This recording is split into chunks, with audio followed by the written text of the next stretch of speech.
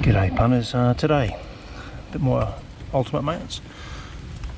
Rear bumper bar removal. Sorry about the flashing light, but you'll see down here, right there, maybe that's it, right there, one of the mounting bolts for the rear bumper bar. So I'm getting in to take that out. I'll explain why I'm taking the bumper bar off shortly. Yeah, it's windy as here, and a plane station just south of Broome. 1932nd bolt. That was the one I just took out from inside. Now, why am I doing the bumper bar removal? Common theme. I actually replaced this yoke a little while ago. It was cracked, but the hex head screw that goes through into the back of the bumper bar didn't pick up the nut.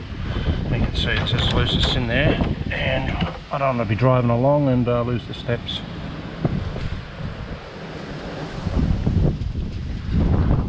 Now I've got an extra tool here today, angle grinder. I'll explain why I need that too shortly. The steps themselves are pretty easy to take off. Just take off these springs, one each side, and there's a little clevis pin that goes through the centre. I'll knock them out, move the stairs out of the way. Steps off. Not going to worry about playing with that at the moment. I'll wait till I get the bumper bar off. Now each side in the storage locker should be 4 bolts. I'm on the left hand side, passenger side. 2 there, and there's another 2 in behind here. In 1932nd socket. Mention this is the first time I've taken this bumper bar off, so I don't know what to expect behind there. I don't have access to the forum, the old forum, so I know there's a wealth of information there, but anyhow, it's going to be wiring for the lights. I'll tackle that when we get there. Now I'm hoping that all these four bolts will come out okay. But I'm going to leave one in there just to hold the bumper bar up, and I'm going to assume the other 3 are going to come out nice and easy. Yeah, pretty lucky on that. Got 3 of the bolts out. That one's loose. It's not finger tight, but it's loose, and I'll show you why I'm lucky very shortly. The other washer's still stuck up here. I think it says a bit of common sense here when you put these back in. A good dose of Silastic to stop the water coming in to storage locker. Give these bolts a clean up with a wire brush as well before I stick them back in, and I might actually use a little bit of Loctite on them as well. I'll tell you why I put some Loctite on it. When I did the Gibb River Road recently, I noticed the bumper bar had dropped just a little bit. You can see the sort of a mark, and you see a gap in there. I went around and tightened the bolts up just to sort of look any further, and they were loose. Now to the driver's side. Driver's side, as I mentioned, there's 4 bolts here you don't need to touch. Those 2 and those 2. They're actually mounting bolts for a spare wheel carrier. So in here I've got to undo that one, and that one. 3 bolts. That's the one that causes me some grief. Won't do up and it won't undo. That's why I've got my electric chisel to cut that bolt off.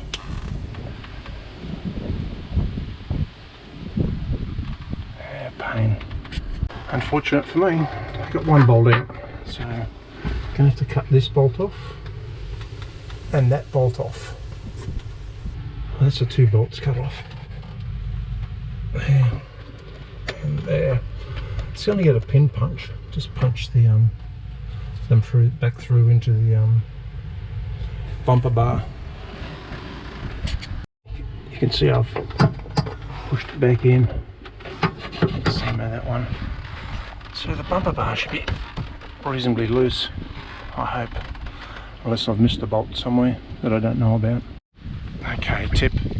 There's actually 2 bolts coming in from the storage locker inside. Bumper bar won't come off without taking both of them out. Well, it's only being held on finger tight by 2 bolts, one each side now. So I'll just lower one side down first. I might try to do this side because the tyre's here. Electrical plug here. You see I've got a chair here just to drop it down on. I'm going to disconnect this first before I go any further. That's that disconnected. I assume there's going to be one on the other side too, so I'm going to have a look at it before I go any further. Well, I guess I'm lucky there wasn't an electrical plug this side. Just dropped down. Stopped on this side on the chair. There's a wear mark here, I know about that. These wheelie bins. Let's have a look.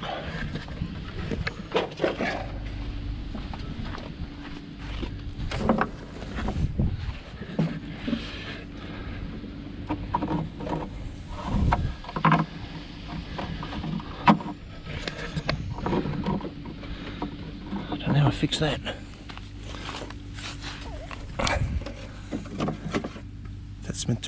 That's meant to screw off the thread. Don't know if I'll be able to get that off. But I think these are beyond recovery. And it twigged in my mind, these are like blind nuts that you use in furniture, like lounge chair legs. They are secure in the timber and you screw your legs into them.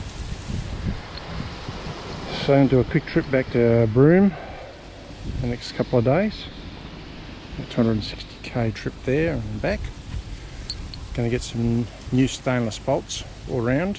See if I can find some of these in Broome, these blind nuts.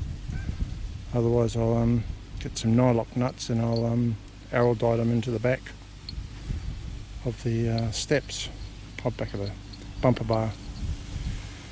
And I'm going to get a longer yoke screw as well, probably about another inch longer, and I'll also get a nylock nut to match that up as well, just in case the new screw doesn't take up what thread there is left in the bumper. I've given it a good wash now, just going to let it dry. Temporary steps. Giving the back of the camper a wash. Not much else I can do now until I get some parts. You likely won't be able to see this, but where my finger is the inward side of the threaded hole for the step yokes, and I had a torch in there before and I can see there was actually a nut or a metal, something metal in there that's been moulded in with the fiberglass for those Allen screws, these things.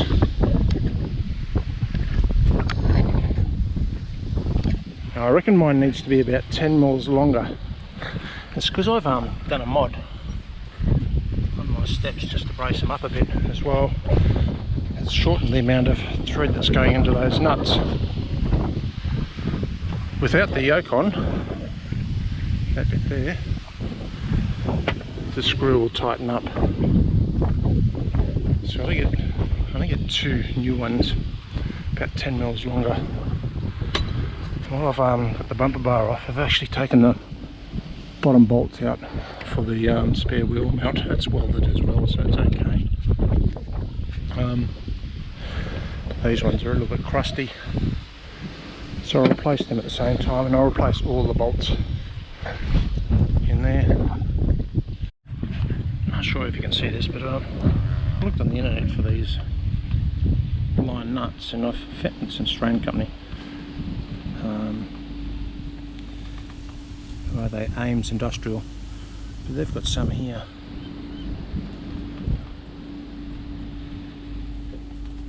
Something very similar. Right, let's look at the spares I got from Broome. These are the bolts holding on the bumper bar. I've I've got 9 new ones. The new ones aren't threaded all the way through, but as you can see from the old ones that I've cut off, the thread only picks up these blind nuts probably in the last, I know, 10-15 mil. So they should be fine. Got new washers with them as well. I couldn't get a longer cup bolt for those yokes for the steps, so I've got cap bolts, still Allen key. They're about 15 mil longer. Again, they're not threaded all the way through as well, but I know the nut only sort of picks up in the top part of the thread, and on the one that's off at the moment, it doesn't even pick up. I've got some nylon nuts for them as well. Got a spare washer just in case. 4 blind nuts. I only need 2, but I'll keep 2 spare. Again, put it in the ultimate spare skid I've got. And that's a bolt I pulled off late yesterday afternoon, which is part of the spare wheel mounting bracket. It's just getting a little bit crusty, so I've got 2 new ones, and I've got the old ones just had a washer on the inside, so I put a washer on the outside and washer on the inside. I will put some Loctite on all these things when I put it in. My first job is to get the blind nuts inserted into the bumper bar, and I've got this small bolt here, and the intention is to pull that blind bolt up. So if you can imagine, say that's the piece of timber and that's the open end and this is the closed end. This needs to get inserted into the hole or into the timber and stuff from this side. Can't bang it in with a hammer or anything like that. So I'm going to insert the bolt through. What I'm going to do is do up this nut as far as I can. I might stick a couple of larger nuts in here as well, just to take up on that timber, so it's sort of like that, I suppose. Hopefully that bottom end there will then screw in to the bottom end of this blind bolt, and I'll just do that bolt up and hopefully pull that through into the timber material and get it seated. We'll see how we go anyhow. Alright, I've got the blind nut in under there. You better just see it. With this bolt through here, so I'm just going to do that up tight. Just keep on doing it up tight. I'll show you a bit more when it starts taking up. Well, the thread's just taken up, but it's pretty loose in the back there. I'm not too happy with the way it is sitting in the back. I might just rotate it 90 degrees and see if I find some timber in there. Okay, as I say, I rotated it just about 90 degrees and it's actually found some timber in there. It's pulling up nice and tight, so I'm just going to make sure this is really tight.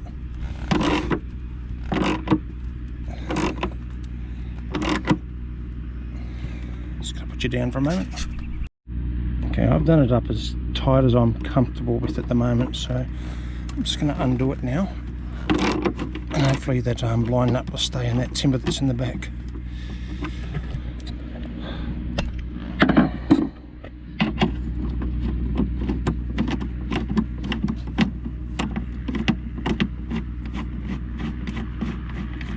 Probably could have stuck some araldite on some of the parts of that blind nut as well.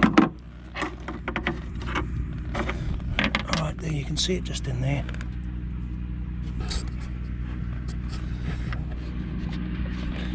I see how much wriggle room there is when we go to mount it up, because it's not dead centre of that hole, as you could probably see. It's probably closer to this edge than that edge. I'm going to do the same for this one. That's that one in. Much like the other one, it's not quite centre as well, but that's the things you play with. Don't think there's a finite, like really tight tolerance on these things for the bolt holes, because the hole in the fiberglass is fairly large. In fact, the bolt size is 3/8 inch, and it'll fit a 7/16.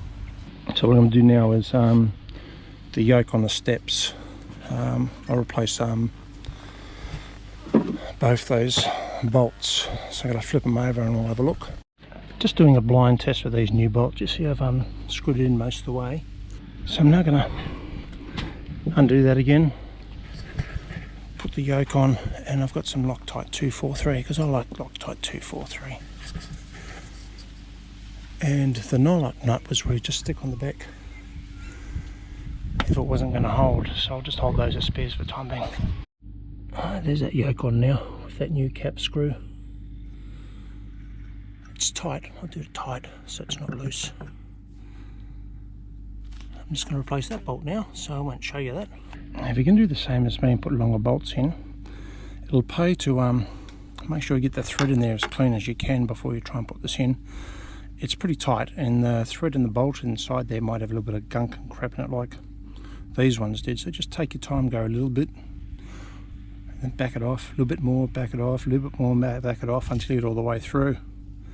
This is pretty hot because it was so tight, and the thread in there is obviously a bit gummed up. Well, it was. So I'm actually going to run this under cold water now just to cool it off because it is pretty hot, and then I'll dry it and put some Loctite on it, and I'll put this yoke on. Now, I'm hoping I've got these yokes lined up pretty well in line with each other, but if not, I've done them up so they're bloody awfully tight. Screwdriver, and I can just leverage them a little bit. If not, I'll have to back off the cap screws and then realign them and tighten them up again. Next part, actually it's going to take two of us to do it, so I have to get the boss out, and it's going to be difficult to show you, but what I intend to do is just get the boss to hold on the passenger side, sort of in position, and I'll come over to this side, connect up the electrical cable, and I'll put one bolt in up the top just to hold it in place. Then I'll go over to the passenger side and I'll put one bolt in the passenger side. That way the boss can go off and do whatever she needs to do. And then I'll gin around and try and line up the other 7 bolts they've got to do and get them in finger tight, so they're actually taking up the thread of the blind nuts in here. Once that's all done, the first 2 bolts are going to start tightening up until they're firm but not tight, and I'm happy with the position of the bumper bar on the back of the camper. Once I'm happy with that, then I'll go through and tighten up the remaining bolts. I'm going to again use Loctite, and you'll see I've got some white silicone as well, and because all those bolts come through the back of the camper, either into a storage compartment inside the camper or the 2 storage compartments on the either side. I want to make sure no water gets into those compartments, so lots of Celastic and yeah, a little bit of Loctite. But what I'm going to do is put the Loctite on the blind nuts, not the bolts, because if I push the bolts through the holes with Celastic, that just defeats the purpose of having Loctite on the bolts. Don't forget to put the mounting bolts on for the spare wheel before you get the bumper on. There you go, bumper bar back on, steps back on, new yoke, new yoke that side, new bolts both sides. Some tips, some running tricks. If you replace the bolts, I'd recommend you replace them fully threaded ones, otherwise you'll have to end up spacing them out like I did. Won't be able to see it here, but on a couple of the bolts I've actually stuck 2 washers, so be aware of that. If you don't replace all the blind nuts, make sure you clean out the threads on the old blind nuts so your new bolts don't bind in there.